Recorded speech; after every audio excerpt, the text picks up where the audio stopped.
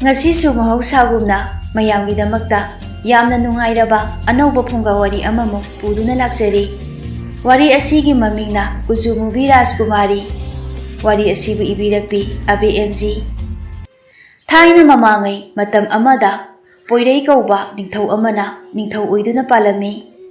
Poirei ningthaugi Maharani mamingna Sananu haina kaurami. Poirei ningthau asi mabuk mapau yamna phaba ningthau ama oirami. Laibak parja miyamna Poirei ningthaubu yamna nungsirami. Maharani Sananusu thaleplami. Maharani Sananu asi luba nanba yamna pamjarami. Amotpa haibasi mahak hainaramde. Maharani Sananu masagi oina minuknaba yamna kalli. Noma Maharani Sananuga manai nupi kharaga kaithenda laklami. Maharani lakpa aduda kaithel aduda leiriba mising adu ilang langnarami. Maharani Sananugi masang matau phajaba adubu ubada pofam phami kharana makhoi masen asumna hainarami. Onthokna sude phajakhre ko aikhoigi ne Maharani ase yengli makhai de pen banaidi adum he yenglaga ne leiningi aidi. Nupi amana amo aikhoi ining thausune masak matau phajabada atopa leibakta ne hainaribani adugi wabudi. Nupi amana amo jume jume nangna hairibado aikhoi ningthaudi ne masak matau phajaba khakta natana matik mathauna sune yamna leiba ningthauni. Ining thauna ne chatkhiba lampham amata ngasi phauba maithiduna halakpa yaudri. Atopa leibaki ne ningthausingna aikhoi ningthaugi ne maming tabada thak thak dikpa makhai kinaribani. Asumna pofam phamising aduna ningthau Poireibu yamna thagatlami. Maharani su dolai adudagi kumtharai. Kaithel aduda tilliba miyam adu Maharani da loina yenglai. Khanghaudana sat yengthokluba matamda yamna hainadraba ahan nupi ama Maharani gi manaktamna chakchillaktuna asumna hairaklami. Ahan nupi adu makhul anidu nonaduna Maharani aigi isu ado yamna kanna naduna leiri. Amaiba kauduna layengadabasu aina lairabi oirubana yengba ngamdre. Maharani na aigi isu nupa adugi thawaibu amukta kanbiyu.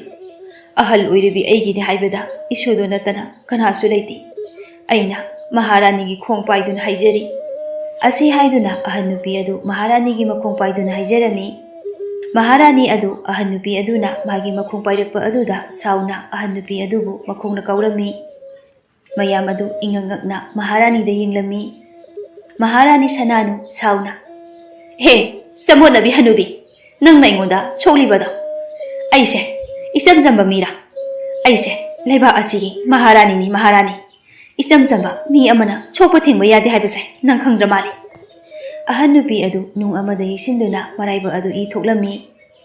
Ahan nupi aduna Maharani nanaina lankhiba yaurabasu nanaibu amukta ngakpiyu. Aigi isugi thawaibu amukta dikanbiyu. Asi haiduna ahan nupi aduna phanayamna haijarami. Maharani adu sauba hande. Lamisa masigi chamonabi hanubi ase aigi imaksidagi lamna puthoko masak ase ai yengningde. Lamising adusu Maharani na haibagi matung inna ahan nupi adubu tanthokirami. Ahan nupi adusu kapkaptuna chatkirami. Nupi amana ahal asigi matause nungaitene. Maharani asisune phatmande. Mamagumnabi ahal asida hekta kawi wane. Nupi amana amo kawa tabani kaino isam chamba misu nate. Leiba asigi Maharani gi makhongda amotpa makhul asina soklurabadine adum kawrakpa tabani. Asumna makhoi masel adu wari sanarami. Ahan nupi adu kapkaptuna mayumda halaklami. Ahan nupi adugi mamingna leima kaurami. Masu adugi mamingna thauba kaurami. Leimadu masu nupagi manakta changlai. Thaubadu naheduna leirami. Abogi thauba isubu yamna warabaro. Thauba mabogi khonjen tabada mamitu tamna panglai. Abo nang kadaida chaluino? Abo nang aigi nakta adum layo. Abo ne isugi nakta adum leidoini. Sese potharo. Thaubasu mamitu tamna mu usinkirami. Leima mamitagi mapita aduna aigi isuse maraibu onthokna su thidako aina lairabi oirubana isubu layengba ngamdri. Asi haiduna leimadu kapsarami. Noma konungda lainingba ahal ama laklami.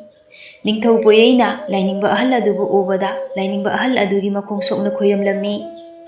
ꯅꯤꯡꯊꯧꯅ ꯃꯇꯤꯛ ꯃꯌꯥꯏ ꯂꯩꯔꯕ ꯏꯄꯥ ꯂꯥꯏꯅꯤꯡꯕꯅ ꯑꯩꯒꯤ ꯀꯣꯅꯨꯡꯗ ꯂꯦꯡꯕꯤꯔꯛꯄꯗꯤ ꯀꯔꯤꯅ ꯁꯦꯕꯥ ꯇꯧꯖꯒꯅꯤ?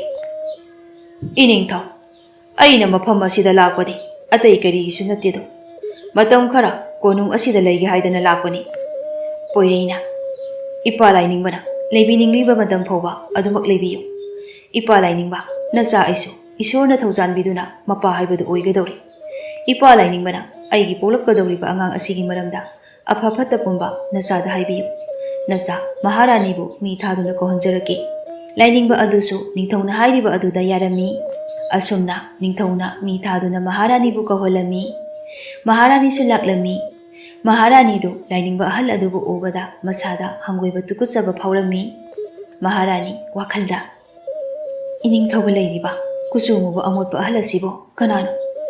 ꯑꯩꯗꯤ ꯃꯥꯕꯨ ꯎꯕꯗ ꯍꯪꯒꯣꯏꯕ ꯇꯨꯀꯠꯆꯕ ꯐꯥꯎꯏ꯫ ꯑꯩꯕꯨ ꯆꯪꯈꯤꯗ꯭ꯔꯅꯦ? ꯃꯍꯥꯔꯥꯅꯤ ꯑꯗꯨꯝꯅ ꯈꯟꯗꯨꯅ ꯂꯩꯔꯤꯉꯩ ꯅꯤꯡꯊꯧꯅ ꯎꯔꯗꯨꯅ ꯃꯍꯥꯔꯥꯅꯤꯕꯨ ꯀꯧꯔꯛꯂꯝꯃꯤ꯫ ꯃꯍꯥꯔꯥꯅꯤꯁꯨ ꯆꯪꯗꯕ ꯌꯥꯗ꯭ꯔꯗꯨꯅ ꯅꯤꯡꯊꯧꯒꯤ ꯃꯅꯥꯛꯇ ꯆꯪꯂꯛꯏ꯫ ꯏꯅꯤꯡꯊꯧ, ꯅꯅꯥꯏꯕꯨ ꯀꯧꯕꯤꯕꯕꯨ ꯀꯔꯤ ꯇꯥꯛꯄꯤꯒꯗꯕꯅꯣ ꯏꯅꯤꯡꯊꯧ? ꯃꯍꯥꯔꯥꯅꯤ, ꯃꯥꯡꯗ ꯂꯩꯔꯤꯕ ꯑꯍꯜ ꯑꯁꯦ ꯑꯆꯝꯕ ꯑꯍꯜ ꯅꯠꯇꯦ, ꯃꯇꯤꯛ ꯃꯌꯥꯏ ꯂꯩꯔꯕ ꯂꯥꯏꯅꯤꯡꯕ ꯑꯍꯜ ꯑꯃꯅꯤ꯫ ꯑꯩꯅ ꯅꯪꯕꯨ ꯀꯧꯕꯗꯤ ꯑꯩꯈꯣꯏ ꯑꯅꯤꯒꯤ ꯏꯆꯥ ꯑꯗꯨꯒꯤ ꯃꯔꯝꯗ ꯌꯦꯡꯍꯟꯅꯕ ꯅꯪꯕꯨ ꯀꯧꯕꯅꯤ꯫ ꯂꯥꯏꯅꯤꯡꯕ ꯑꯍꯜ ꯑꯗꯨꯅ, ꯏꯆꯥ ꯒꯣꯝꯂꯕꯤ, ꯅꯍꯥꯛꯀꯤ ꯅꯈꯨꯠ ꯑꯗꯣ ꯄꯤꯔꯛꯎ, ꯏꯄꯥ ꯌꯦꯡꯒꯦ꯫ ꯃꯍꯥꯔꯥꯅꯤꯅ, ꯏꯅꯤꯡꯊꯧ, ꯑꯩ ꯃꯁꯤꯒꯤ ꯑꯃꯣꯠꯄ ꯑꯍꯜ ꯑꯁꯤꯗ ꯌꯦꯡꯕ ꯑꯩ ꯉꯝꯖꯔꯣꯏ꯫ ꯃꯨꯔꯤꯕ ꯀꯨꯆꯨ, ꯃꯣꯠꯂꯤꯕ ꯈꯨꯃꯣꯠ ꯑꯁꯤ ꯎꯕꯗ ꯅꯅꯥꯏ ꯅꯨꯄꯤ ꯑꯩꯗꯤ ꯇꯨꯀꯠꯆꯕ ꯐꯥꯎꯏ ꯏꯅꯤꯡꯊꯧ꯫ ꯁꯅꯥꯅꯨꯒꯤ ꯋꯥ ꯑꯗꯨ ꯇꯥꯕꯗ ꯂꯥꯏꯅꯤꯡꯕ ꯑꯍꯜ ꯑꯗꯨ ꯁꯥꯎꯅ ꯍꯥꯏꯔꯛꯏ꯫ ꯏꯁ, ꯀꯔꯤ ꯂꯩꯕꯥꯛ ꯑꯃꯒꯤ ꯃꯍꯥꯔꯥꯅꯤ ꯑꯣꯏꯔꯒ ꯅꯁꯥꯗ ꯑꯗꯨꯛ ꯅꯥꯄꯟ ꯀꯥꯕ? ꯑꯩꯕꯨ ꯀꯨꯆꯨ ꯃꯨꯏ ꯃꯣꯠꯂꯤ ꯍꯥꯏꯗꯨꯅ ꯅꯣꯛꯅꯕꯒꯤ ꯅꯪꯅ ꯄꯣꯛꯂꯛꯀꯗꯧꯔꯤꯕ ꯑꯉꯥꯡ ꯑꯗꯨꯁꯨ ꯑꯩꯒꯨꯝꯅ ꯀꯨꯆꯨ ꯃꯨꯕ ꯑꯃꯣꯠꯄ ꯑꯉꯥꯡ ꯑꯣꯏꯅ ꯄꯣꯛꯄ ꯑꯣꯏ꯫ ꯑꯁꯤ ꯍꯥꯏꯗꯨꯅ ꯂꯥꯏꯅꯤꯡꯕ ꯑꯍꯜ ꯑꯗꯨ ꯌꯥꯝꯅ ꯁꯥꯎꯅ ꯆꯠꯈꯤꯔꯝꯃꯤ꯫ ꯅꯤꯡꯊꯧꯅ ꯂꯥꯏꯅꯤꯡꯕ ꯑꯍꯜ ꯑꯗꯨꯕꯨ ꯈꯥꯝꯅꯕ ꯍꯣꯠꯅꯔꯕꯁꯨ ꯌꯥꯔꯝꯗꯦ꯫ ꯅꯤꯡꯊꯧꯅ ꯁꯥꯎꯅ, ꯃꯍꯥꯔꯥꯅꯤ, ꯅꯪꯅ ꯉꯁꯤ ꯇꯧꯔꯤꯕꯁꯤꯕꯨ ꯀꯔꯤꯅꯣ? ꯃꯍꯥꯛ ꯑꯁꯦ ꯑꯆꯝꯕ ꯂꯥꯏꯅꯤꯡꯕ ꯑꯃ ꯅꯠꯇꯦꯅꯦ꯫ ꯏꯅꯤꯡꯊꯧ, ꯅꯅꯥꯏ ꯅꯨꯄꯤꯗꯤ ꯑꯃꯣꯠꯄ ꯑꯁꯦ ꯀꯌꯥ ꯍꯩꯅꯖꯗꯦ꯫ ꯃꯥꯒꯨꯝꯕ ꯇꯧꯁꯤꯟꯅꯕ ꯂꯥꯏꯅꯤꯡꯕ ꯑꯃꯅ ꯍꯥꯏꯔꯒ ꯑꯩꯅ ꯄꯣꯛꯀꯗꯧꯔꯤꯕ ꯏꯆꯥ ꯑꯁꯦ ꯀꯨꯆꯨ ꯃꯨꯒꯗꯕ ꯅꯠꯇꯦ꯫ ꯅꯤꯡꯊꯧꯗꯨ ꯂꯥꯏꯅꯤꯡꯕ ꯑꯍꯜ ꯑꯗꯨꯅ ꯍꯥꯏꯔꯝꯂꯤꯕ ꯃꯌꯥꯝ ꯑꯗꯨꯗ ꯄꯥꯈꯠꯄ ꯐꯥꯎꯔꯝꯃꯤ꯫ ꯑꯗꯨꯕꯨ ꯃꯍꯥꯔꯥꯅꯤꯗꯤ ꯀꯔꯤꯁꯨ ꯈꯜꯂꯝꯗꯦ꯫ ꯃꯇꯝꯅ ꯁꯨꯝ ꯍꯧꯈꯤꯗꯨꯅ ꯃꯍꯥꯔꯥꯅꯤ ꯁꯅꯥꯅꯨꯁꯨ ꯃꯀꯨꯝ ꯃꯊꯥ ꯁꯨꯔꯗꯨꯅ ꯑꯉꯥꯡ ꯎꯅꯕꯤ ꯑꯃꯥꯏꯕꯤ ꯑꯃꯅ ꯑꯉꯥꯡ ꯅꯨꯄꯤ ꯑꯃ ꯎꯅꯔꯝꯃꯤ꯫ ꯑꯉꯥꯡ ꯅꯨꯄꯤ ꯑꯗꯨ ꯄꯣꯛꯂꯛꯄꯗꯒꯤ ꯃꯩꯇꯥꯟꯒꯨꯝꯅ ꯃꯨꯁꯤꯟ ꯃꯨꯅ ꯄꯣꯛꯂꯛꯂꯝꯃꯤ꯫ ꯅꯤꯡꯊꯧꯁꯨ ꯃꯆꯥꯅꯨꯄꯤ ꯑꯃ ꯐꯪꯖꯔꯦ ꯍꯥꯏꯕ ꯑꯗꯨꯗ ꯍꯔꯥꯎꯅ ꯆꯪꯉꯛꯏ꯫ ꯑꯗꯨꯕꯨ ꯑꯉꯥꯡ ꯑꯗꯨꯒꯤ ꯃꯁꯛ ꯑꯗꯨ ꯎꯕꯗ ꯅꯣꯛꯂꯝꯕ ꯃꯤꯅꯣꯛ ꯑꯗꯨ ꯃꯥꯡꯈꯤꯔꯝꯃꯤ꯫ ꯅꯤꯡꯊꯧꯗꯨ ꯋꯥꯈꯜꯗ ꯁꯨꯝꯅ ꯈꯜꯂꯤ, ꯅꯨꯃꯤꯠ ꯑꯗꯨꯗ ꯂꯥꯏꯅꯤꯡꯕ ꯑꯍꯜ ꯑꯗꯨꯅ ꯍꯥꯏꯔꯝꯕ ꯑꯗꯨꯃꯛ ꯊꯣꯛꯂꯕꯀꯣ? ꯅꯤꯡꯊꯧ ꯑꯗꯨ ꯋꯥꯈꯜ ꯋꯥꯔꯝꯃꯤ꯫ ꯃꯍꯥꯔꯥꯅꯤꯅ ꯒ꯭ꯌꯥꯟ ꯂꯥꯛꯂꯗꯨꯅ ꯑꯉꯥꯡ ꯑꯗꯨ ꯃꯁꯛ ꯌꯦꯡꯒꯦ ꯍꯥꯏꯅ ꯍꯥꯏꯔꯝꯃꯤ꯫ ꯃꯅꯥꯏ ꯅꯨꯄꯤ ꯑꯃꯅ ꯑꯉꯥꯡ ꯑꯗꯨꯕꯨ ꯃꯍꯥꯔꯥꯅꯤꯗ ꯄꯤꯔꯝꯃꯤ꯫ ꯃꯍꯥꯔꯥꯅꯤꯁꯨ ꯃꯣꯃꯣꯟ ꯅꯣꯛꯇꯨꯅ ꯑꯉꯥꯡ ꯑꯗꯨꯕꯨ ꯌꯦꯡꯂꯨꯏ꯫ ꯑꯗꯨꯕꯨ ꯑꯉꯥꯡ ꯑꯗꯨꯒꯤ ꯑꯣꯏꯔꯝꯂꯤꯕ ꯐꯤꯕꯝ ꯑꯗꯨꯕꯨ ꯎꯕꯗ ꯃꯃꯤꯠꯇꯒꯤ ꯃꯄꯤ ꯇꯥꯈꯤꯔꯝꯃꯤ꯫ ꯃꯍꯥꯔꯥꯅꯤ ꯑꯗꯨ ꯅꯤꯡꯉꯝꯗꯕꯁꯨ ꯐꯥꯎꯔꯝꯃꯤ꯫ ꯅꯤꯡꯊꯧꯅ ꯃꯆꯥꯅꯨꯄꯤ ꯑꯗꯨꯒꯤ ꯃꯃꯤꯡꯕꯨ ꯂꯤꯡꯖꯦꯜ ꯍꯥꯏꯅ ꯊꯣꯜꯂꯝꯃꯤ꯫ ꯃꯨꯔꯕꯁꯨ ꯊꯤꯔꯕꯁꯨ ꯏꯆꯥ ꯀꯧꯕꯅꯤꯅ ꯅꯨꯡꯁꯤꯔꯝꯃꯤ꯫ ꯑꯗꯨꯕꯨ ꯀꯣꯅꯨꯡ ꯑꯗꯨꯗ ꯂꯩꯔꯤꯕ ꯃꯤꯁꯤꯡ ꯑꯗꯨꯅꯗꯤ ꯔꯥꯖꯀꯨꯃꯥꯔꯤ ꯂꯤꯡꯖꯦꯟꯕꯨ ꯅꯨꯡꯁꯤꯔꯝꯗꯦ꯫ ꯃꯇꯝꯅ ꯁꯨꯝ ꯍꯧꯈꯤꯕꯅ ꯔꯥꯖꯀꯨꯃꯥꯔꯤ ꯂꯤꯡꯖꯦꯟꯁꯨ ꯆꯥꯎꯔꯛꯂꯦ꯫ ꯔꯥꯖꯀꯨꯃꯥꯔꯤ ꯂꯤꯡꯖꯦꯟ ꯊꯥꯡ ꯇꯥ ꯌꯥꯝꯅ ꯄꯥꯝꯂꯝꯃꯤ꯫ ꯅꯣꯡꯃꯗꯤ ꯂꯤꯡꯖꯦꯟꯅ ꯃꯄꯥ ꯅꯤꯡꯊꯧꯗ ꯑꯁꯨꯝꯅ ꯍꯥꯏꯔꯝꯃꯤ, ꯏꯄꯥ ꯏꯕꯨꯡꯉꯣ, ꯅꯆꯥꯁꯨ ꯊꯥꯡ ꯇꯥ ꯇꯝꯒꯦ꯫ ꯏꯄꯥꯒꯤ ꯂꯤꯡꯖꯦꯟ ꯏꯆꯥꯕꯨ ꯊꯥꯡ ꯇꯥ ꯇꯝꯅꯤꯡꯕ꯭ꯔꯅꯦ? ꯇꯝꯅꯤꯡꯉꯤ ꯏꯄꯥ ꯅꯤꯡꯊꯧ꯫ ꯏꯆꯥꯅ ꯇꯝꯅꯤꯡꯂꯕꯗꯤꯅꯦ, ꯇꯣꯈꯥꯏꯅ ꯏꯆꯥꯒꯤ ꯁꯤꯟꯇꯥꯛ ꯄꯨꯔꯦꯠ ꯑꯃ ꯀꯧꯗꯨꯅ ꯏꯆꯥꯕꯨ ꯊꯥꯡ ꯇꯥ ꯇꯝꯍꯜꯂꯒ ꯂꯣꯏꯔꯦꯗꯅ꯫ ꯂꯤꯡꯖꯦꯟꯗꯤ ꯃꯄꯥ ꯅꯤꯡꯊꯧꯅ ꯌꯥꯔꯛꯄ ꯑꯗꯨꯗ ꯌꯥꯝꯅ ꯍꯔꯥꯎꯔꯝꯃꯤ꯫ ꯂꯤꯡꯖꯦꯟ ꯃꯄꯥ ꯅꯤꯡꯊꯧꯒꯤ ꯀꯥꯗꯒꯤ ꯊꯣꯛꯂꯛꯇꯨꯅ ꯂꯥꯛꯂꯝꯃꯤ꯫ ꯈꯔ ꯋꯥꯔꯤ ꯁꯥꯟꯅꯗꯨꯅ ꯂꯩꯔꯝꯃꯤ꯫ ꯃꯈꯣꯏꯅꯗꯤ ꯔꯥꯖꯀꯨꯃꯥꯔꯤ ꯂꯥꯛꯏ ꯍꯥꯏꯕ ꯈꯪꯂꯝꯗꯦ꯫ ꯑꯩꯈꯣꯏꯒꯤ ꯔꯥꯖꯀꯨꯃꯥꯔꯤ ꯂꯤꯡꯖꯦꯟꯁꯦ ꯊꯤꯁꯨ ꯑꯣꯟꯊꯣꯛꯅ ꯊꯤꯈ꯭ꯔꯦ꯫ ꯃꯥꯃꯨꯛ ꯊꯤꯕ ꯅꯨꯄꯤꯁꯦ ꯂꯩꯕꯥꯛ ꯑꯁꯤꯗ ꯂꯩꯔꯝꯒꯗꯕꯕꯨ ꯃꯥꯟꯗꯦ꯫ ꯑꯗꯨꯅꯦ, ꯑꯩꯒꯤ ꯅꯨꯄꯤ ꯑꯗꯣ ꯊꯤꯌꯦꯅ ꯂꯩꯔꯤꯅꯤ꯫ ꯑꯗꯣ ꯔꯥꯖꯀꯨꯃꯥꯔꯤꯒ ꯌꯦꯡꯅꯔꯨꯔꯗꯤ ꯑꯩꯒꯤ ꯅꯨꯄꯤꯅꯅꯦ ꯌꯥꯝ ꯍꯦꯟꯅ ꯐꯖꯈ꯭ꯔꯦ꯫ ꯍꯣꯏꯅꯦ, ꯑꯩꯈꯣꯏ ꯂꯩꯕꯥꯛꯀꯤ ꯔꯥꯖꯀꯨꯃꯥꯔꯤ ꯂꯤꯡꯖꯦꯟꯁꯦ ꯑꯁꯤꯗꯒꯤ ꯅꯪꯒꯤ ꯅꯨꯄꯤ ꯌꯥꯆꯧꯕꯤ ꯑꯗꯨꯅ ꯍꯦꯟꯅ ꯐꯖꯈ꯭ꯔꯦ꯫ ꯑꯩꯈꯣꯏꯒꯤ ꯔꯥꯖꯀꯨꯃꯥꯔꯤ ꯑꯁꯤꯕꯨ ꯃꯌꯨꯝ ꯄꯥꯟꯕꯕꯨ ꯈꯪꯕꯨ ꯈꯪꯈꯤꯗ꯭ꯔꯣ? ꯑꯁ, ꯀꯗꯥꯏꯗꯒꯤ ꯈꯪꯕꯅꯣꯗ, Mamal atangwa phiron sana lupa mayam amna yomlasune phajau haiba yadabaduda kananabu lawbidoino ado itaw aikhoi leibaki Rajkumari Lingjense itaw da loro ningthau kuba mase sinagi hairabadi itaw nang lawgadra i masigine uttin manbi Rajkumari ase lawdui saru ai mapok tareraktasune nupiga amatta thijarar ningthau kuba ngane pamjadreko makoina sanariba wadu tabada Lingjendu thawai nungairamdi Lingjen karisu haidabida konungi leikol aduda amu lai konungda thabak suduna leibi nupi kara leipola amamam paiduna lei hektuna leirami Lingjensu makoigi manakta changi haiduna khong adu thange tawbaga makoina hainabadu tarai nupi amana aikhoi Rajkumari gi kususe thengbadabu churakadaba mali Ima Maharani na Rajkumari se naupuri ngeda maitanga charuraba jatla khangde nupi amana nongtuna hoine charamdabu mali ining thausu ngoroka ngawi adugane masaksu phajai Ima Maharani su phajai Rajkumari na muriba sina kana lawdana asuk yamna muriba no khangde nupi amana amo aina ne Ima Maharani ga oiramlabadi hek popagane hatokradabani nupi amana amo yari ba miwa khara ngangnarabadi leido hek pasa salusilo amo lei senaba ahangine miwa taba tare ekhoi madugine ahal adusu isaudi phajana lamani leise phane yamnasu hele sina yarani chalasi asi haina duna nupi singa du chatkirami Lingjen mathawai yamna nungaijaramde Lingjen wakhalda kusumuba sakthi bamide mi natabra kusumui sakthi haiduna makoina asu hanthani yengliba sibu karigino aiso ngauninglibani sak phajaninglibani adum khaduna leiringai Lingjengi ajanbi manai nupi thoinudu Lingjengi manakta changlai Rajkumari di leikol asida phamduna leiribu oire aina somda Rajkumari bu thiruri Lingjena ita thoino nangna ingonda Rajkumari kawbodo kawgano ita haina adum kaw aigide ita amata leite aduna nangbu aigi ita oisegi saktibi kusumubi aigi ita oiningdabra ita Rajkumari karino Rajkumari na haibiriba dubo Rajkumari ga ita oiba phangjabadi aigi laibu phabani ita aibu sakthi kusumui haiduna kanana suloina ningde tinna ningde ita saksugidi kaisu maru oideda maru oiribadi thamoi singba dubani ita noma natraga nomadi itagi thamoi masa khanglakini matam aduda makhoi masa matomta ikaiba phaurakini adune ita nang kaimta khangano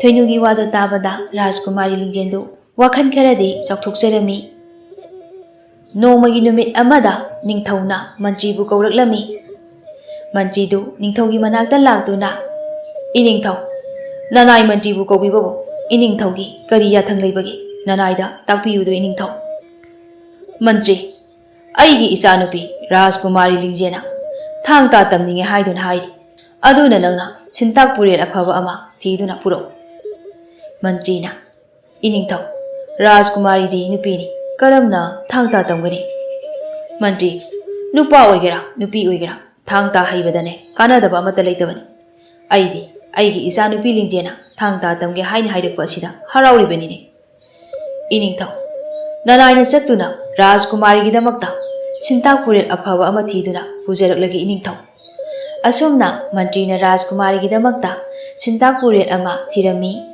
phangladuna Rajkumari Lingjen thangta tamlami adubu angakpani tambaga haibagana haibani helami sintak purel adusu Rajkumari Lingjengi haisingba aduda yamna thagatlami nomagi numit amada ningthauga Maharani gadu machanupi Lingjengi maramda wari sanarami Maharani na hai iningthau aikhoigi icha Lingjelase yum panba matam oi aduna afaba Rajkumar ama thiduna luhongbirasi ningthauna Maharani aisu khalibani adubu isagi oiriba phibam asida Rajkumar sina pamloidera haina khanbigi wani madugi damaktadi iningthau karimta khanbigano isase kusu mujarabaso mathauna maroksing yamna leyi isase phare phare Maharani hayema atoppa leibaki Rajkumar sing kauduna isagi changadaba Rajkumar ama khalasi adubu wafam ase nachanupida hana haudu uko ꯑꯍꯣꯏ ꯏꯅꯤꯡꯊꯧ, ꯅꯅꯥꯏꯅꯨꯕꯤꯅ ꯍꯧꯗꯣꯛꯇꯨꯅ ꯌꯦꯡꯂꯒꯦ꯫ ꯑꯁꯨꯝꯅ ꯅꯤꯡꯊꯧꯒ ꯃꯍꯥꯔꯥꯅꯤꯒꯗꯨ ꯋꯥ ꯀꯌꯥ ꯑꯃ ꯈꯟꯅꯔꯝꯃꯤ꯫ ꯃꯍꯥꯔꯥꯅꯤ ꯃꯆꯥꯅꯨꯄꯤꯒꯤ ꯀꯥꯗ ꯆꯪꯂꯛꯏ꯫ ꯂꯤꯡꯖꯦꯟꯗꯨ ꯄꯣꯊꯥꯗꯨꯅ ꯂꯩꯔꯝꯃꯤ꯫ ꯃꯍꯥꯔꯥꯅꯤꯅ ꯍꯥꯏ, ꯏꯃꯥꯒꯤ ꯂꯤꯡꯖꯦꯟ, ꯉꯁꯤꯗꯤ ꯏꯃꯥ ꯏꯆꯥꯗ ꯋꯥꯐꯝ ꯑꯃ ꯍꯧꯗꯣꯛꯀꯦꯗꯣ꯫ ꯀꯔꯤ ꯋꯥꯐꯝ ꯑꯣꯏꯔꯕꯅꯣ ꯏꯃꯥ ꯃꯍꯥꯔꯥꯅꯤ? ꯑꯇꯩ ꯀꯔꯤꯁꯨ ꯅꯠꯇꯦꯗ, ꯍꯧꯖꯤꯛꯇꯤ ꯅꯪꯁꯨꯅꯦ ꯃꯄꯨꯡ ꯃꯔꯩ ꯐꯥꯔꯦ, ꯑꯗꯨꯅ ꯅꯄꯥ ꯅꯤꯡꯊꯧꯒ ꯑꯩꯒꯅ ꯅꯪꯕꯨ ꯂꯨꯍꯣꯡꯕꯤꯔꯒꯦ ꯍꯥꯏꯅ ꯈꯜꯂꯤ꯫ ꯏꯆꯥꯅ ꯀꯔꯤ ꯈꯜꯂꯤꯕ ꯏꯃꯥꯗ ꯍꯥꯏꯌꯨꯀꯣ꯫ ꯏꯃꯥ, ꯅꯆꯥ ꯂꯨꯍꯣꯡꯕ ꯄꯥꯝꯖꯗꯦ꯫ ꯅꯆꯥ ꯏꯃꯥ ꯃꯍꯥꯔꯥꯅꯤ ꯑꯃꯗꯤ ꯏꯄꯥ ꯅꯤꯡꯊꯧꯒꯤ ꯅꯥꯛꯇ ꯑꯗꯨꯃꯛ ꯂꯩꯖꯒꯦ꯫ ꯏꯃꯥꯒꯤ ꯂꯤꯡꯖꯦꯜ, ꯃꯗꯨ ꯌꯥꯕ ꯅꯠꯇꯦꯅꯦ꯫ ꯅꯄꯥ ꯅꯤꯡꯊꯧꯒ ꯑꯩꯒꯗꯤ ꯏꯆꯥ ꯅꯍꯥ ꯈꯛꯇꯒꯤꯅꯤ꯫ ꯅꯪꯅꯅꯦ ꯃꯐꯝ ꯆꯥꯅ ꯂꯩꯍꯧꯕꯗꯣ ꯑꯩꯈꯣꯏ ꯄꯥꯝꯃꯤ꯫ ꯅꯄꯥ ꯅꯤꯡꯊꯧꯅ ꯁꯤꯜꯂꯤꯕ ꯑꯁꯤꯗ ꯅꯪ ꯌꯥꯗꯕ ꯇꯧꯒꯅꯨꯀꯣ꯫ ꯃꯍꯥꯔꯥꯅꯤꯅ ꯊꯦꯝꯕꯗꯒꯤ ꯂꯤꯡꯖꯦꯜꯁꯨ ꯌꯥꯔꯛꯂꯝꯃꯤ꯫ ꯃꯊꯪꯒꯤ ꯅꯨꯃꯤꯠꯅꯤ ꯅꯤꯡꯊꯧꯅ ꯑꯇꯣꯞꯄ ꯂꯩꯕꯥꯛꯀꯤ ꯔꯥꯖꯀꯨꯃꯥꯔꯁꯤꯡꯕꯨ ꯃꯥꯒꯤ ꯂꯩꯕꯥꯛꯇ ꯂꯥꯛꯅꯕ ꯍꯥꯏꯔꯝꯃꯤ꯫ ꯅꯣꯡꯉꯥꯟꯕꯒ ꯑꯇꯣꯞꯄ ꯂꯩꯕꯥꯛꯀꯤ ꯔꯥꯖꯀꯨꯃꯥꯔꯁꯤꯡ ꯑꯗꯨꯁꯨ ꯅꯤꯡꯊꯧ ꯄꯣꯏꯔꯩꯒꯤ ꯂꯩꯕꯥꯛꯇ ꯊꯨꯡꯂꯔꯤ꯫ ꯔꯥꯖꯀꯨꯃꯥꯔꯁꯤꯡ ꯑꯗꯨ ꯄꯔꯦꯡ ꯁꯥꯅ ꯐꯝꯍꯜꯂꯤ꯫ ꯑꯗꯨꯒ ꯔꯥꯖꯀꯨꯃꯥꯔꯤ ꯂꯤꯡꯖꯦꯜꯁꯨ ꯃꯅꯥꯏ ꯅꯨꯄꯤ ꯈꯔꯒ ꯊꯣꯛꯂꯛꯏ꯫ ꯔꯥꯖꯀꯨꯃꯥꯔꯁꯤꯡ ꯑꯗꯨ ꯔꯥꯖꯀꯨꯃꯥꯔꯤ ꯂꯤꯡꯖꯦꯜꯒꯤ ꯃꯁꯛ ꯑꯗꯨꯕꯨ ꯎꯕꯗ ꯃꯈꯣꯏ ꯄꯨꯟꯅ ꯅꯣꯛꯂꯛꯏ꯫ ꯔꯥꯖꯀꯨꯃꯥꯔ ꯑꯃꯅ, ꯑꯁꯨꯛ ꯊꯤꯈ꯭ꯔꯕꯤ ꯔꯥꯖꯀꯨꯃꯥꯔꯤ ꯑꯁꯤꯗꯤ ꯑꯩꯒꯤ ꯄꯨꯟꯁꯤꯗ ꯑꯃꯨꯛꯇ ꯎꯗ꯭ꯔꯤ, ꯉꯁꯤ ꯎꯔꯤꯕꯁꯤꯅ ꯑꯍꯥꯟꯕꯅꯤ꯫ ꯔꯥꯖꯀꯨꯃꯥꯔ ꯑꯃꯅ ꯑꯃꯨꯛ, ꯑꯆꯨꯝꯕꯅꯤ, ꯃꯁꯤꯒꯤ ꯁꯛꯊꯤꯕꯤ ꯔꯥꯖꯀꯨꯃꯥꯔꯤ ꯑꯁꯤꯒꯤ ꯑꯣꯏꯔꯦ ꯑꯩꯈꯣꯏꯕꯨ ꯃꯐꯝ ꯑꯁꯤꯗ ꯀꯧꯔꯤꯕꯁꯤꯗꯤ꯫ ꯃꯁꯛ ꯑꯁꯦ ꯃꯨꯟꯅ ꯁꯨꯝ ꯌꯦꯡꯁꯤꯜꯂꯕꯗꯤ ꯀꯤꯕ ꯑꯃ ꯌꯥꯎꯁꯤꯜꯂꯛꯂꯤ꯫ ꯔꯥꯖꯀꯨꯃꯥꯔ ꯑꯃꯅ ꯅꯤꯡꯊꯧꯗ, ꯏꯅꯤꯡꯊꯧ, ꯑꯩꯈꯣꯏꯕꯨ ꯃꯇꯝ ꯃꯥꯡꯍꯟꯕ ꯃꯈꯩ ꯀꯧꯔꯤꯕ ꯑꯁꯤꯗꯤ ꯃꯁꯤꯒꯤ ꯑꯣꯏꯔꯦ꯫ ꯅꯤꯡꯊꯧꯒꯤ ꯏꯆꯥꯅꯨꯄꯤ ꯑꯁꯤꯗꯤ ꯔꯥꯖꯀꯨꯃꯥꯔꯤꯗꯤ ꯂꯥꯏꯔꯗꯅ ꯅꯨꯄꯥ ꯑꯃꯠꯇꯅ ꯄꯥꯝꯕꯤꯔꯣꯏ꯫ ꯑꯉꯥꯎꯕ ꯑꯃ ꯐꯥꯗꯨꯅ ꯂꯨꯍꯣꯡꯕꯤꯔꯣ꯫ ꯑꯩꯈꯣꯏꯗꯤ ꯏꯅꯤꯡꯊꯧꯒꯤ ꯏꯆꯥꯅꯨꯄꯤ ꯑꯁꯦ ꯄꯥꯝꯖꯗ꯭ꯔꯦ꯫ ꯔꯥꯖꯀꯨꯃꯥꯔꯁꯤꯡ ꯑꯗꯨꯒꯤ ꯋꯥ ꯑꯗꯨ ꯇꯥꯕꯗ ꯅꯤꯡꯊꯧ ꯄꯣꯏꯔꯩꯗꯨ ꯁꯥꯎꯅꯤꯡꯕꯅ ꯃꯈꯨꯠ ꯑꯗꯨ ꯈꯨꯗꯨꯝ ꯇꯥꯁꯤꯟꯗꯨꯅ ꯈꯥꯡꯂꯤ꯫ ꯂꯤꯡꯖꯦꯜ ꯃꯄꯥ ꯅꯤꯡꯊꯧꯒꯤ ꯃꯇꯧ ꯑꯗꯨꯗ ꯃꯊꯋꯥꯏ ꯅꯨꯡꯉꯥꯏꯖꯔꯝꯗꯦ꯫ ꯂꯤꯡꯖꯦꯜꯅ ꯍꯥꯏꯔꯛꯏ, ꯑꯇꯣꯞꯄ ꯂꯩꯕꯥꯛꯇꯒꯤ ꯂꯥꯛꯄꯤꯔꯤꯕ ꯔꯥꯖꯀꯨꯃꯥꯔꯁꯤꯡ, ꯅꯪꯒꯤ ꯂꯩꯕꯥꯛꯇ ꯍꯟꯕꯤꯈꯤꯕ ꯌꯥꯔꯒꯅꯤ꯫ ꯔꯥꯖꯀꯨꯃꯥꯔꯁꯤꯡ ꯑꯁꯤꯒꯤ ꯃꯅꯨꯡꯗ ꯑꯩꯒꯤ ꯑꯣꯏꯕꯗ ꯃꯇꯤꯛ ꯆꯥꯕ ꯔꯥꯖꯀꯨꯃꯥꯔ ꯑꯃꯠꯇ ꯌꯥꯎꯗꯦ, ꯑꯗꯨꯅ ꯍꯟꯕꯤꯈ꯭ꯔꯣ꯫ ꯔꯥꯖꯀꯨꯃꯥꯔꯤꯒꯤ ꯋꯥ ꯑꯗꯨ ꯇꯥꯕꯗ ꯔꯥꯖꯀꯨꯃꯥꯔꯁꯤꯡ ꯑꯗꯨ ꯁꯥꯎꯔꯝꯃꯤ꯫ ꯔꯥꯖꯀꯨꯃꯥꯔ ꯑꯃꯅ, ꯀꯔꯤ?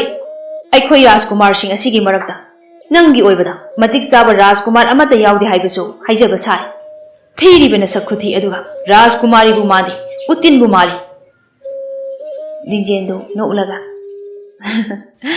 ꯃꯤꯑꯣꯏꯕ ꯑꯃꯒꯤ ꯁꯛꯆꯨꯅ ꯃꯤ ꯑꯃꯒꯤ ꯃꯒꯨꯟ ꯂꯦꯞꯂꯤꯕ ꯔꯥꯖꯀꯨꯃꯥꯔ, ꯅꯍꯥꯛ ꯑꯁꯦ ꯈ꯭ꯋꯥꯏꯗꯒꯤ ꯄꯪꯕ ꯃꯤꯅꯤ꯫ ꯂꯤꯡꯖꯦꯜꯅ ꯂꯥꯟꯃꯤꯁꯤꯡ ꯑꯗꯨꯗ ꯑꯣꯟꯁꯤꯟꯗꯨꯅ, ꯂꯥꯟꯃꯤꯁꯥ, ꯔꯥꯖꯀꯨꯃꯥꯔꯁꯤꯡ ꯑꯁꯦ ꯃꯥꯒꯤ ꯂꯩꯕꯥꯛꯇ ꯍꯟꯅꯅꯕ ꯊꯧꯔꯥꯡ ꯇꯧ꯫ ꯑꯁꯤ ꯍꯥꯏꯗꯨꯅ ꯂꯤꯡꯖꯦꯜ ꯑꯗꯨ ꯆꯪꯈꯤ꯫ ꯅꯤꯡꯊꯧ ꯃꯥꯒꯤ ꯃꯆꯥꯅꯨꯄꯤꯒꯤ ꯃꯊꯧꯅꯥ ꯑꯗꯨꯕꯨ ꯎꯕꯗ ꯆꯥꯎꯊꯣꯛꯆꯕ ꯐꯥꯎꯔꯝꯃꯤ꯫ ꯔꯥꯖꯀꯨꯃꯥꯔꯁꯤꯡ ꯑꯗꯨꯁꯨ ꯇꯨꯃꯤꯟ ꯊꯣꯛꯈꯤꯔꯝꯃꯤ꯫ ꯃꯍꯥꯔꯥꯅꯤꯅ ꯃꯊꯋꯥꯏ ꯋꯥꯅ, ꯏꯅꯤꯡꯊꯧ, ꯀꯔꯤꯅꯣ ꯑꯩꯈꯣꯏꯅ ꯍꯧꯖꯤꯛ ꯇꯧꯒꯗꯧꯔꯤꯕ ꯑꯁꯤꯕꯨ? ꯔꯥꯖꯀꯨꯃꯥꯔꯁꯤꯡ ꯑꯁꯤꯁꯨ ꯂꯣꯏꯅ ꯆꯠꯈ꯭ꯔꯦ꯫ ꯅꯤꯡꯊꯧꯅ, ꯃꯍꯥꯔꯥꯅꯤ, ꯀꯔꯤꯁꯨ ꯈꯟꯒꯅꯨ, ꯏꯁꯣꯔꯅ ꯇꯝꯕ ꯑꯃ ꯂꯥꯛꯂꯒꯅꯤ꯫ ꯑꯁꯤ ꯍꯥꯏꯗꯨꯅ ꯅꯤꯡꯊꯧꯅ ꯃꯍꯥꯔꯥꯅꯤꯕꯨ ꯊꯦꯝꯂꯝꯃꯤ꯫ ꯅꯣꯡꯃꯒꯤ ꯅꯨꯃꯤꯠ ꯑꯃꯗꯅꯤ ꯔꯥꯖꯀꯨꯃꯥꯔꯤ ꯂꯤꯡꯖꯦꯜ ꯑꯗꯨ ꯁꯒꯣꯜ ꯇꯣꯡꯗꯨꯅ ꯀꯣꯅꯨꯡꯗꯒꯤ ꯊꯣꯛꯂꯛꯏ꯫ ꯂꯥꯟꯃꯤ ꯀꯅꯥꯁꯨ ꯌꯥꯎꯔꯛꯇꯦ꯫ ꯑꯁꯨꯝ ꯂꯥꯛꯄꯅ ꯑꯍꯟ ꯅꯨꯄꯤ ꯑꯃ ꯃꯈꯨꯠꯇ ꯈꯥꯎ ꯑꯃ ꯄꯥꯏꯗꯨꯅ ꯂꯝꯕꯤ ꯑꯗꯨꯗ ꯆꯠꯂꯤꯕ ꯑꯗꯨ ꯍꯦꯛ ꯎꯏ꯫ ꯃꯗꯨ ꯎꯕꯗ ꯂꯤꯡꯖꯦꯜ ꯑꯗꯨ ꯑꯍꯟ ꯅꯨꯄꯤ ꯑꯗꯨꯒꯤ ꯃꯅꯥꯛꯇ ꯆꯪꯗꯨꯅ, ꯑꯕꯣꯛꯄꯨ ꯀꯗꯥꯏꯗ ꯆꯠꯂꯨꯕꯅꯣ?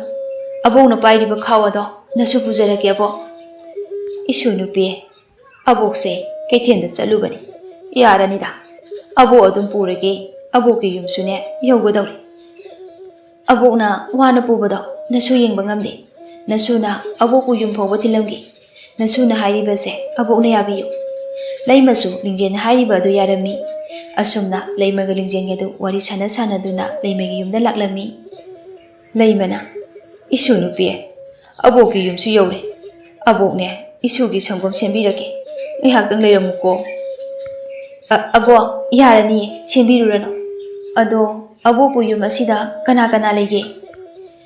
ꯏꯁꯨ ꯅꯨꯄꯥ ꯑꯃꯒ ꯂꯩꯕꯅꯤ꯫ ꯏꯁꯨ ꯅꯨꯄꯥꯗꯨꯗꯤꯅꯦ ꯊꯕꯛ ꯆꯠꯈꯤ, ꯍꯜꯂꯛꯑꯅꯤ꯫ ꯑꯕꯣꯛꯅꯦ ꯁꯪꯒꯣꯝ ꯁꯦꯝꯂꯨꯒꯦ, ꯀꯨꯏꯔꯛꯑꯣꯏ꯫ ꯏꯁꯨꯅꯅꯦ ꯀꯩꯝꯇ ꯆꯥꯗꯅ ꯆꯠꯈꯤꯕꯗꯣ ꯑꯕꯣꯛ ꯅꯨꯡꯉꯥꯏꯇꯦ꯫ ꯂꯤꯡꯖꯦꯟꯁꯨ ꯑꯍꯟ ꯅꯨꯄꯤ ꯑꯗꯨꯅ ꯅꯨꯡꯉꯥꯏꯔꯔꯣꯏ ꯈꯟꯗꯨꯅ ꯑꯍꯟ ꯅꯨꯄꯤ ꯑꯗꯨꯅ ꯍꯥꯏꯔꯤꯕ ꯑꯗꯨꯗ ꯌꯥꯔꯝꯃꯤ꯫ ꯂꯩꯃꯁꯨ ꯏꯃꯨꯡꯗ ꯆꯪꯈꯤꯔꯝꯃꯤ꯫ ꯂꯤꯡꯖꯦꯟꯁꯨ ꯑꯀꯣꯏꯕ ꯑꯗꯨꯗ ꯌꯦꯡꯗꯨꯅ ꯂꯩꯔꯝꯃꯤ꯫ ꯊꯧꯕꯁꯨ ꯊꯕꯛ ꯍꯜꯂꯛꯂꯝꯃꯤ꯫ ꯃꯥꯡꯒꯣꯜ ꯑꯗꯨꯗ ꯂꯤꯡꯖꯦꯟꯅ ꯐꯝꯗꯨꯅ ꯂꯩꯔꯤꯕ ꯑꯗꯨ ꯎꯕꯗ, "ꯀꯅꯥꯒꯤ ꯅꯨꯄꯤꯅꯣ ꯑꯩꯈꯣꯏꯒꯤ ꯃꯥꯡꯒꯣꯜ ꯑꯁꯤꯗ ꯐꯝꯗꯨꯅ ꯂꯩꯔꯤꯕꯁꯤꯕꯣ?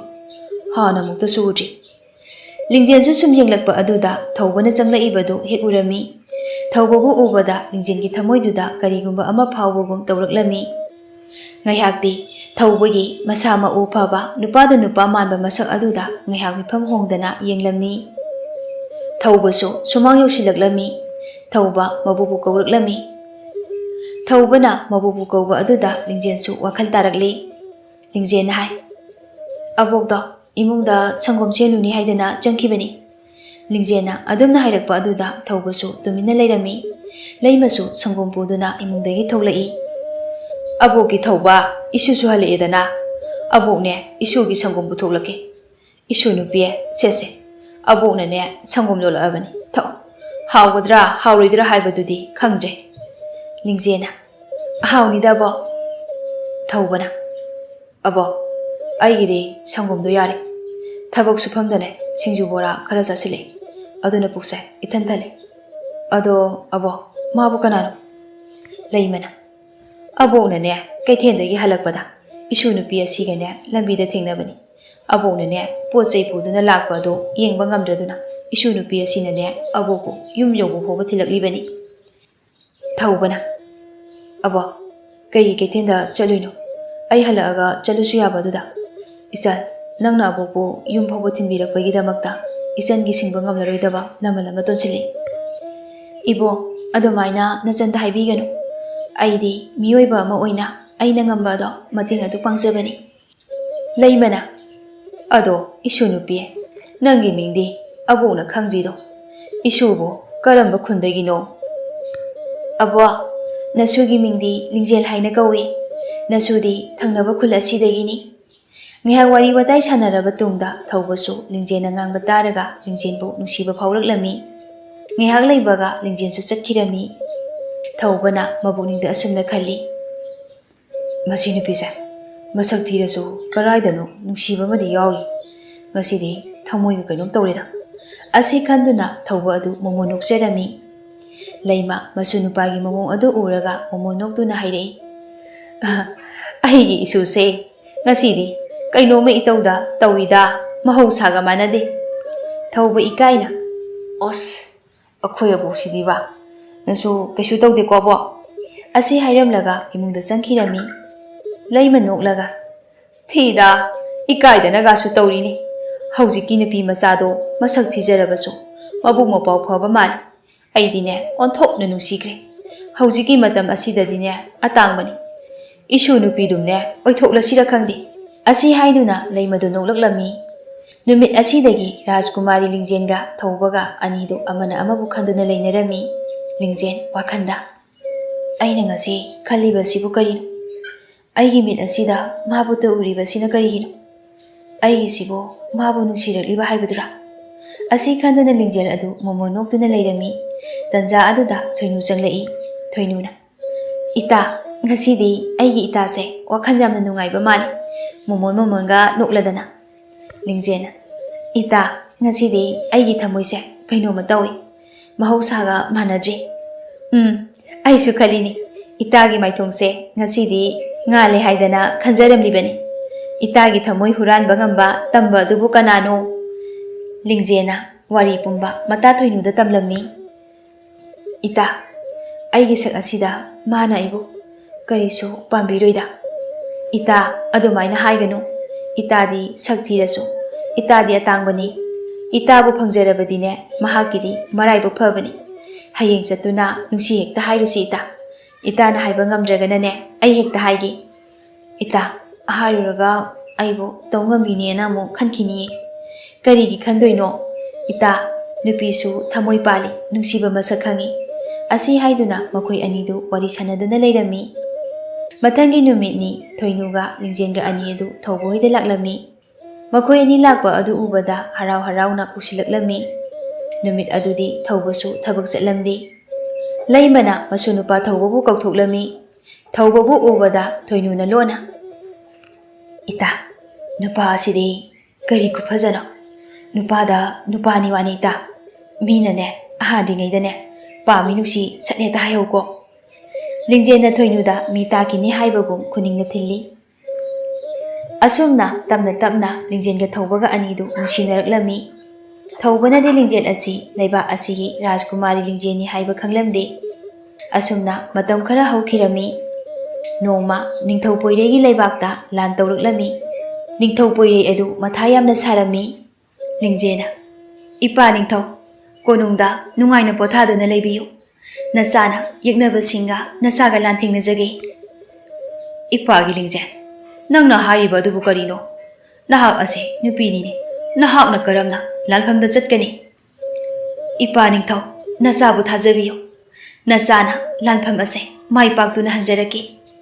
ꯂꯤꯡꯖꯦꯟꯅ ꯍꯥꯏꯃꯟꯕꯗꯒꯤ ꯅꯤꯡꯊꯧꯁꯨ ꯌꯥꯔꯝꯃꯤ꯫ ꯑꯁꯨꯝꯅ ꯂꯤꯡꯖꯦꯟꯁꯨ ꯂꯥꯟꯃꯤ ꯀꯌꯥꯒ ꯂꯣꯏꯅꯅ ꯂꯥꯟꯐꯝꯗ ꯆꯠꯈꯤꯔꯝꯃꯤ꯫ ꯅꯤꯡꯊꯧꯒ ꯃꯍꯥꯔꯥꯅꯤꯒꯗꯨ ꯃꯆꯥꯅ ꯂꯥꯟꯐꯝꯗ ꯆꯠꯈꯤꯕ ꯑꯗꯨꯗ ꯃꯊꯋꯥꯏ ꯌꯥꯝꯅ ꯋꯥꯔꯝꯃꯤ꯫ ꯁꯣꯝꯗꯅ ꯂꯤꯡꯖꯦꯟꯅ ꯌꯦꯛꯅꯕ ꯅꯤꯡꯊꯧ ꯈꯥꯕꯒ ꯂꯝꯕꯥ ꯇꯧꯔꯝꯃꯤ꯫ ꯈꯥꯕ ꯅꯤꯡꯊꯧꯗꯨ ꯅꯣꯛꯂꯗꯨꯅ "ꯍꯩ, ꯅꯤꯡꯊꯧ ꯈꯥꯕ ꯑꯩꯕꯨ ꯀꯤꯕꯗꯒꯤ ꯅꯪꯒꯤ ꯅꯄꯥ ꯅꯤꯡꯊꯧꯅ ꯅꯪꯕꯨ ꯊꯥꯔꯛꯂꯤꯕ ꯅꯠꯇ꯭ꯔꯣ?"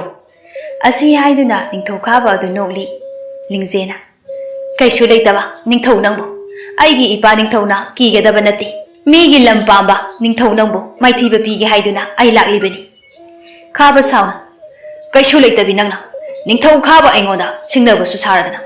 ꯑꯁꯤ ꯍꯥꯏꯗꯨꯅ ꯊꯥꯡ ꯑꯗꯨ ꯁꯠꯇꯨꯅ ꯂꯤꯡꯖꯦꯟꯗ ꯌꯥꯟꯒꯗꯕꯒꯤ ꯇꯧꯔꯛꯂꯝꯃꯤ꯫ ꯂꯤꯡꯖꯦꯟꯁꯨ ꯊꯥꯡ ꯑꯗꯨ ꯁꯠꯇꯨꯅ ꯈꯥꯕ ꯅꯤꯡꯊꯧꯗ ꯌꯥꯜꯂꯝꯃꯤ꯫ ꯑꯁꯨꯝꯅ ꯁꯨꯝ ꯂꯥꯟꯊꯦꯡꯅꯔꯛꯄꯅ ꯂꯤꯡꯖꯦꯟꯅ ꯂꯥꯛꯆꯕ ꯍꯦꯜꯂꯛꯂꯝꯃꯤ꯫ ꯂꯤꯡꯖꯦꯟꯅ ꯈꯥꯕ ꯅꯤꯡꯊꯧꯕꯨ ꯃꯥꯏꯊꯤꯕ ꯄꯤꯔꯝꯃꯤ꯫ ꯂꯤꯡꯖꯦꯟꯅ ꯃꯥꯏ ꯄꯥꯛꯂꯛꯂꯝꯃꯤ꯫ ꯂꯥꯟꯃꯤ ꯑꯃ ꯊꯥꯔꯛꯇꯨꯅ ꯄꯣꯏꯔꯩ ꯅꯤꯡꯊꯧꯗ ꯂꯤꯡꯖꯦꯟꯅ ꯃꯥꯏ ꯄꯥꯛꯂꯦ ꯍꯥꯏꯗꯨꯅ ꯍꯥꯏꯔꯝꯃꯤ꯫ ꯅꯤꯡꯊꯧ ꯄꯣꯏꯔꯩ ꯌꯥꯝꯅ ꯍꯔꯥꯎꯔꯝꯃꯤ꯫ ꯂꯩꯕꯥꯛ ꯄ꯭ꯔꯖꯥ ꯃꯤꯌꯥꯝ ꯑꯗꯨꯁꯨ ꯂꯤꯡꯖꯦꯟꯅ ꯃꯥꯏ ꯄꯥꯛꯂꯦ ꯇꯥꯕꯗ ꯌꯥꯝꯅ ꯍꯔꯥꯎꯔꯝꯃꯤ꯫ ꯍꯧꯖꯤꯛꯇꯤ ꯂꯩꯕꯥꯛ ꯄ꯭ꯔꯖꯥ ꯃꯤꯌꯥꯝꯅꯁꯨ ꯂꯤꯡꯖꯦꯟꯒꯤ ꯑꯁꯦꯡꯕ ꯃꯒꯨꯟꯗꯨ ꯈꯪꯂꯛꯂꯝꯃꯤ꯫ ꯂꯩꯕꯥꯛ ꯄ꯭ꯔꯖꯥ ꯃꯤꯌꯥꯝꯅ ꯂꯤꯡꯖꯦꯟꯕꯨ ꯌꯥꯝꯅ ꯊꯥꯒꯠꯂꯝꯃꯤ꯫ ꯅꯣꯡꯃ ꯂꯤꯡꯖꯦꯟꯒ ꯊꯧꯕꯒ ꯎꯅꯔꯝꯃꯤ꯫ ꯂꯤꯡꯖꯦꯟꯗꯨ ꯉꯁꯤꯗꯤ ꯃꯥꯒꯤ ꯑꯁꯦꯡꯕ ꯄꯨꯟꯕ ꯊꯧꯕꯒꯤ ꯃꯐꯝꯗ ꯇꯝꯂꯒꯦ ꯍꯥꯏꯗꯨꯅ ꯂꯥꯛꯂꯝꯃꯤ꯫ ꯂꯤꯡꯖꯦꯟꯅ ꯍꯥꯏ "ꯑꯩ ꯉꯁꯤꯗꯤ ꯇꯥ ꯊꯧꯕꯗ ꯋꯥ ꯑꯃꯠꯇ ꯍꯥꯏꯒꯦ." "ꯅꯪꯅ ꯍꯥꯏꯅꯤꯡꯂꯤꯕꯗꯣ ꯍꯦꯛꯇ ꯍꯥꯏꯌꯨ ꯂꯤꯡꯖꯦꯟ." "ꯇꯥ ꯊꯧꯕ, ꯑꯩꯁꯦ ꯂꯩꯕꯥꯛ ꯑꯁꯤꯒꯤ ꯅꯤꯡꯊꯧ ꯄꯣꯏꯔꯩꯒꯤ ꯃꯆꯥꯅꯨꯄꯤ ꯔꯥꯖꯀꯨꯃꯥꯔꯤ ꯂꯤꯡꯖꯦꯟꯅꯤ." ꯂꯤꯡꯖꯦꯟꯒꯤ ꯋꯥꯗꯣ ꯇꯥꯕꯗ ꯊꯧꯕ ꯌꯥꯝꯅ ꯉꯛꯂꯝꯃꯤ꯫ "ꯇꯥ ꯊꯧꯕ, ꯑꯩꯅ ꯋꯥꯐꯝ ꯑꯁꯦ ꯂꯣꯠꯄꯒꯤ ꯑꯩꯕꯨ ꯁꯥꯎꯒꯅꯨꯀꯣ. ꯑꯩꯅ ꯇꯥ ꯊꯧꯕꯕꯨꯗꯤ ꯊꯃꯣꯏ ꯁꯦꯡꯅ ꯅꯨꯡꯁꯤ." "ꯂꯤꯡꯖꯦꯟ, ꯅꯪꯅ ꯑꯩꯕꯨ ꯊꯃꯣꯏ ꯁꯦꯡꯅ ꯅꯨꯡꯁꯤ ꯍꯥꯏꯕꯁꯦ ꯑꯩꯁꯨ ꯈꯪꯏ. ꯑꯗꯨꯕꯨ ꯅꯪꯒꯤ ꯏꯄꯥ ꯅꯤꯡꯊꯧ ꯑꯃꯗꯤ ꯏꯃꯥ ꯃꯍꯥꯔꯥꯅꯤꯅ ꯂꯥꯏꯔꯕ ꯂꯝꯖꯥ ꯃꯆꯥ ꯑꯩꯕꯨ ꯄꯥꯝꯂꯨꯏ." "ꯇꯥ ꯊꯧꯕ, ꯅꯪ ꯑꯗꯨꯒꯤꯗꯤ ꯀꯔꯤꯁꯨ ꯈꯟꯒꯅꯨ. ꯑꯩꯅ ꯏꯄꯥ ꯅꯤꯡꯊꯧꯗ ꯐꯖꯅ ꯍꯥꯏꯒꯦ." ꯑꯁꯨꯝꯅ ꯋꯥꯔꯤ ꯀꯌꯥ ꯁꯥꯟꯅꯔꯝꯃꯤ꯫ ꯂꯤꯡꯖꯦꯟꯅ ꯃꯄꯥ ꯅꯤꯡꯊꯧꯗ ꯊꯧꯕꯒꯤ ꯋꯥꯔꯤ ꯄꯨꯝꯕ ꯂꯤꯔꯝꯃꯤ꯫ ꯅꯤꯡꯊꯧ ꯄꯣꯏꯔꯩꯅꯁꯨ ꯌꯥꯔꯗꯨꯅ ꯂꯤꯡꯖꯦꯟꯒ ꯊꯧꯕꯒ ꯑꯅꯤꯗꯨ ꯂꯨꯍꯣꯡꯅꯕ ꯇꯧꯔꯝꯃꯤ꯫ ꯅꯣꯡꯃ ꯂꯤꯡꯖꯦꯟꯅ ꯇꯨꯝꯂꯤꯉꯩ ꯂꯥꯏꯅꯤꯡꯕ ꯑꯍꯜ ꯑꯗꯨ ꯂꯤꯡꯖꯦꯟꯒꯤ ꯃꯪꯂꯥꯟꯗ ꯂꯥꯛꯇꯨꯅ ꯑꯁꯨꯝꯅ ꯍꯥꯏꯔꯛꯂꯝꯃꯤ꯫ "ꯅꯨꯄꯤ ꯃꯆꯥ, ꯅꯪꯒꯤ ꯀꯨꯆꯨ ꯃꯨꯔꯤꯕ ꯑꯗꯣ ꯅꯪꯒꯤ ꯏꯃꯥ ꯃꯍꯥꯔꯥꯅꯤꯅ ꯂꯥꯏꯅꯤꯡꯕ ꯑꯩꯕꯨ ꯅꯣꯛꯅꯕꯗꯒꯤꯅꯤ. ꯑꯩꯅ ꯁꯥꯞ ꯇꯧꯈꯤꯕꯒꯤꯅꯤ. ꯅꯪꯒꯤ ꯁꯥꯞ ꯑꯗꯣ ꯀꯣꯛꯅꯅꯕ ꯊꯝꯕꯥꯜ ꯄꯥꯠꯇ ꯆꯠꯇꯨꯅ 3 ꯏꯔꯨꯞꯂꯕꯗꯤ ꯅꯪꯒꯤ ꯁꯥꯞ ꯑꯗꯣ ꯀꯣꯛꯀꯅꯤ." ꯂꯤꯡꯖꯦꯟ ꯑꯗꯨ ꯃꯤꯀꯞ ꯊꯣꯛꯂꯛꯂꯤ꯫ ꯂꯤꯡꯖꯦꯟ ꯃꯪ ꯑꯗꯨꯕꯨ ꯅꯤꯡꯁꯤꯡꯖꯔꯝꯃꯤ꯫ ꯍꯧꯖꯤꯛ ꯍꯥꯏꯔꯝꯕꯗꯨꯕꯨ ꯁꯥꯞ ꯑꯗꯨ ꯀꯣꯛꯅꯅꯕ ꯊꯝꯕꯥꯜ ꯄꯥꯠꯇ 3 ꯏꯔꯨꯞꯄꯨ ꯍꯥꯏꯕ? ꯐꯔꯦ, ꯍꯌꯦꯡ ꯅꯣꯡ ꯍꯦꯛ ꯉꯥꯟꯕꯒ ꯊꯝꯕꯥꯜ ꯄꯥꯠꯇ ꯏꯔꯨꯞꯂꯒꯦ." ꯑꯁꯤ ꯈꯟꯗꯨꯅ ꯂꯤꯡꯖꯦꯟ ꯑꯗꯨ ꯑꯍꯤꯡ ꯑꯗꯨ ꯍꯧꯈꯤꯕ ꯉꯥꯏꯗꯨꯅ ꯑꯁꯨꯝꯅ ꯑꯍꯤꯡ ꯑꯗꯨꯁꯨ ꯍꯧꯈꯤꯔꯝꯃꯤ꯫ ꯃꯊꯪꯒꯤ ꯅꯨꯃꯤꯠꯇ ꯊꯝꯕꯥꯜ ꯄꯥꯠꯇ ꯆꯠꯇꯨꯅ 3 ꯏꯔꯨꯞꯂꯝꯃꯤ꯫ ꯑꯗꯨꯝꯅ ꯂꯨꯞꯄꯗꯒꯤ ꯂꯤꯡꯖꯦꯟꯒꯤ ꯀꯨꯆꯨ ꯑꯗꯨ ꯁꯪꯒꯣꯝꯒꯨꯝꯅ ꯉꯧꯔꯣꯛ ꯉꯧꯔꯝꯃꯤ꯫ ꯃꯁꯛꯁꯨ ꯌꯥꯝꯅ ꯐꯖꯔꯝꯃꯤ꯫ ꯂꯤꯡꯖꯦꯟ ꯃꯌꯨꯝꯗ ꯍꯜꯂꯛꯂꯝꯃꯤ꯫ ꯅꯤꯡꯊꯧꯒ ꯃꯍꯥꯔꯥꯅꯤꯒꯗꯤ ꯃꯆꯥꯒꯤ ꯁꯛꯐꯝ ꯑꯗꯨꯕꯨ ꯎꯕꯗ ꯌꯥꯝꯅ ꯍꯔꯥꯎꯔꯝꯃꯤ꯫ ꯑꯁꯨꯝꯅ ꯊꯧꯕꯒ ꯂꯤꯡꯖꯦꯟꯒꯁꯨ ꯆꯥꯎꯅ ꯂꯨꯍꯣꯡꯂꯝꯃꯤ꯫ ꯊꯧꯕꯅ ꯅꯤꯡꯊꯧ ꯑꯣꯏꯗꯨꯅ ꯅꯨꯡꯉꯥꯏꯅ ꯄꯥꯟꯈꯤꯔꯝꯃꯤ꯫